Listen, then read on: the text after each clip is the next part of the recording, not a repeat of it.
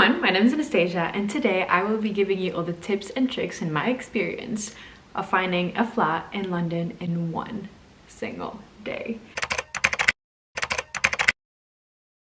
Let's start with the obvious. The London market is incredibly stressful and quick and just overwhelming. That was a stressful experience, and if I can make it any clearer for you, I will. So basically, me and my friend Sabina, that you have probably seen in my uni advice video, if you haven't, I'll link it down below, we're looking into moving together for the second year. The first year in student accommodation, and it was a beautiful experience, but we just basically cannot stay on campus for the second year because first of all, it's only for first years, and second of all, we want to experience the adult life and turn 20 into an adult flat. We started looking at flat hunting and the market in January or February, which was really early considering the fact that we are only moving in August, but we wanted to kind of familiarize ourselves with the market, which I would definitely advise you to do. What we've done before, you know, leaving the UK, because we're international students so we don't stay here for the summer, is go visit areas in London and East London specifically for us because we wanted to be close to our uni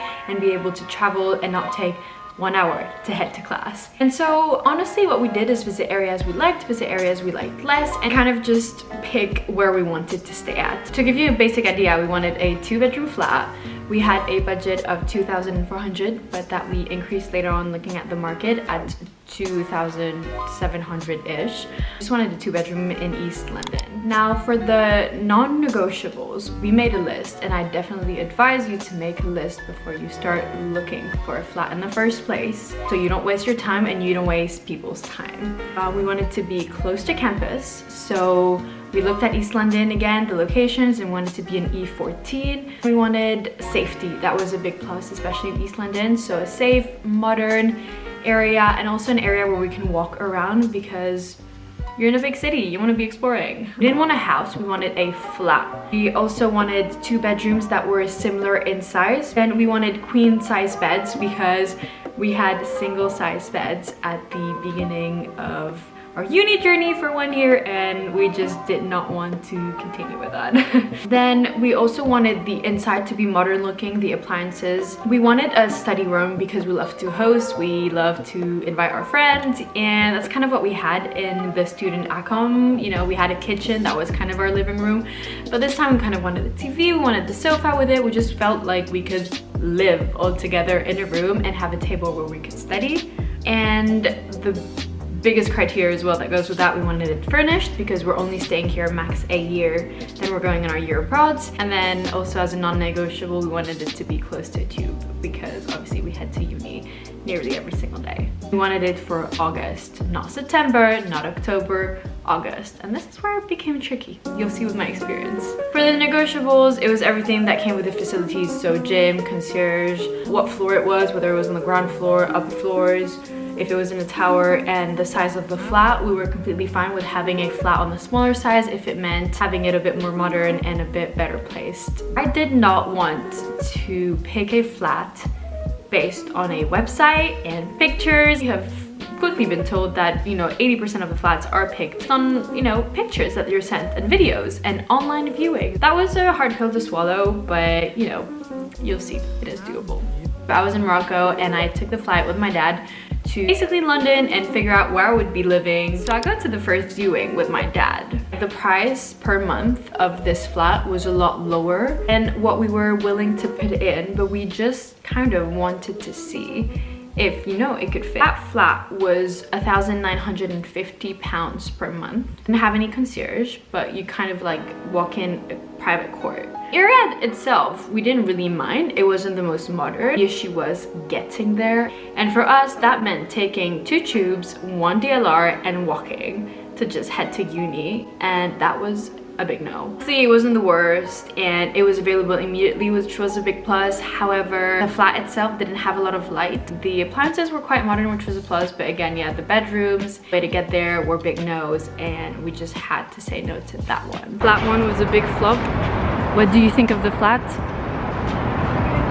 Yeah. So we walk around and we're like, let's just head to our second viewing early. Just look at the area. But on the way to the second visit, I'm like, you know what? I kind of want to go to this agency. So we see an agency that I had looked up online and that looked really good. They just didn't have any properties on their website that would suit us, which was a big bummer. Enter the agency and they're like, honestly, I'll be honest with you, the biggest agencies like us will not have properties available until at least October. And turns out that they actually had a random flat that had just gotten let by people that had accepted it, and they basically gave up on it and either couldn't move to London or chose another flat. And that flat was £2,708, which was on the upper level of our budget, but still doable. Exactly what we wanted. It was modern, it was a beautiful view, had light, had bedrooms that were of a similar size, had 2 bathrooms, had a concierge, had a gym within the building.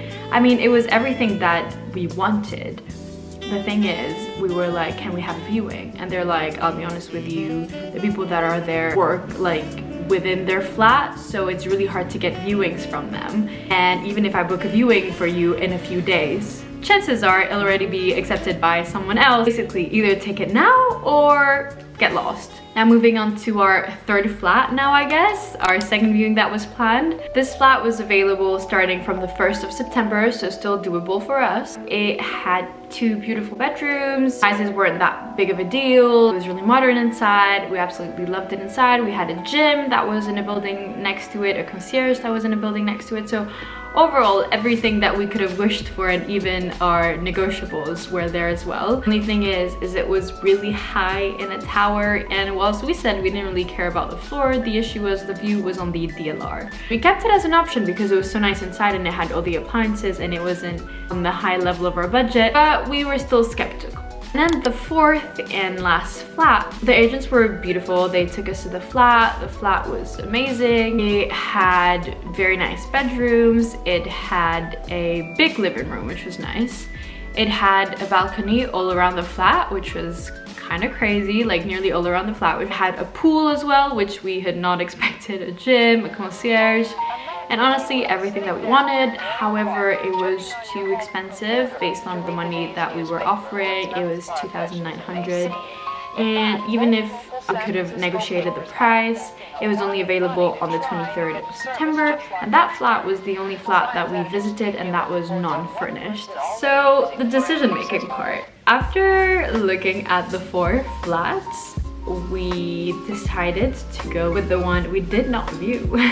Saw videos of it and reassured us that it was all in great state. It's quite like a famous area and building as well, so you know, it's got the standards that, you know, would reassure you into taking it. Now, going to this agency at first hand, we would have not gotten it at all. And we're right now in the process of doing all the paperwork and everything, but fingers crossed everything goes well with that. The other tips that I'd give you again is like, yes, please go to the agencies yourself. Don't just call, don't just email, go there, because I kid you not, most of the agents are just people that are going through their computers and just sending off things. But actually having a conversation with them, you'd get a lot out of them.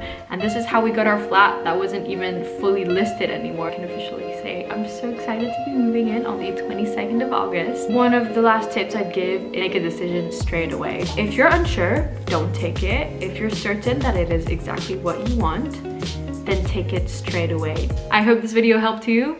Fingers crossed that you also get your flat. And if you were just, you know, curious, wanting to see what flat we'd pick or what is available in London, then I hope you enjoyed the video too. Bye!